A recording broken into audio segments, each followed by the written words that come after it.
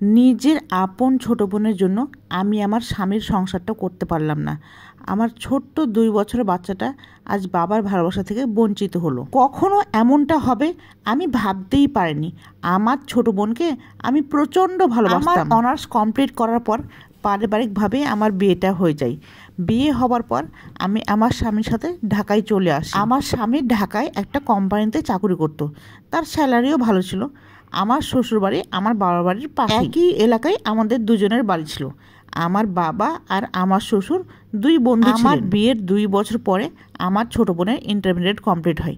আমি তাকে বলেছিলাম যে তুই ঢাকায় এসে ভর্তি হোস। সে ঢাকায় এসে কোচিংয়ে ভর্তি হলো। এরপর ভার্সিটিতে ভর্তি পরীক্ষা দিল। সে ভার্সিটিতে চান্সও পেয়ে গেল। আলহামদুলিল্লাহ। এর মধ্যেই আমি বাচ্চা কনসিভ করি। বাচ্চা কনসিভ করার পরে আমি ধীরে ধীরে একটু অসুস্থ হয়ে পড়ি। ডাক্তার সব কিছু চেক আপ করার পর আমাকে ফুল বেড রেস্ট দিল। তো আমি বেড রেস্টে থাকলাম। আর বাসায় আমার ছোট বোন আছে আর একটা ছোট কাজের লোক রেখেছি। আমার বোন আর এই ছোট কাজের মেয়েটা সংসারে যাবতীয় কাজকর্ম করতো। আমি কিছুই কাজ করতে পারতাম না। তো আমার বোন তখন অনার্স সেকেন্ড ইয়ারে উঠেছে। আমার বোন যখন অনার্স ফাইনাল ইয়ারে উঠে তখন আমার বোনের জন্য খুব ভালো একটা সম্বন্ধ আসে। বিয়ের জন্য বাসার সবাই রাজি ছিল, আমিও রাজি ছিলাম। কিন্তু আমার বোন কিছুতেই রাজি হচ্ছিল না বিয়ে করতে। ওদিকে দেখি আমার হাজব্যান্ডও আমার ছোট বোনের বিয়েতে রাজি না। কেন রাজি না, কিসের জন্য রাজি না? তখন আমার হাজব্যান্ড বলে ও তো এখনও ছোট, অনার্স ফাইনাল ইয়ারটা কমপ্লিট করুক তারপরে বিয়ে দেওয়া হবে। একটা মেয়ের অনার্স ফাইনাল ইয়ারে পড়া মানে অনেক বয়স, এটা তাদের দুজনকে বোঝাতেই পারতেছে না। একদিন রাতে হঠাৎ করে আমার ঘুম ভেঙে যায়। ঘুম ভেঙে দেখি আমার হাজব্যান্ড বিছানায় নেই।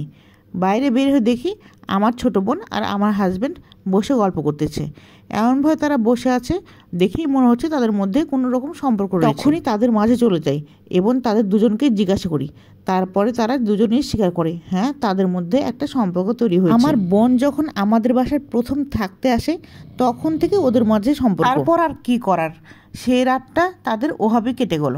পরের দিন সকালে উঠে আমি কাজী অফিসে যেয়ে আমার ছোট বোন আর আমার হাজব্যান্ডের বিয়ে। এরপর আমি আমার বাবার বাড়ি চলে যাই আমার সন্তানকে নিয়ে। তার কিছুদিন পরে আমি আমার হাজব্যান্ডকে ডিভোর্স লেটার পাঠিয়ে দিই। আমার বোনের সাথে সম্পর্ক একেবারেই ছিন্ন করে দিই। সবাই আমার সন্তানের জন্য দোয়া করবেন। আর কেউ নিজের আপন বোনকেও বিশ্বাস করবেন না। কখন যে কার কি হয়ে যায় কেউ আগে থেকে বলতে পারে না। এটা সম্পূর্ণ একটি গল্প মাত্র। গল্পটি ভালো লাগলে লাইক কমেন্ট শেয়ার করে পাশে থাকবেন। সেই পর্যন্ত সবাই ভালো থাকবেন, সুস্থ থাকবেন। ধন্যবাদ সবাইকে। আসসালামু আলাইকুম।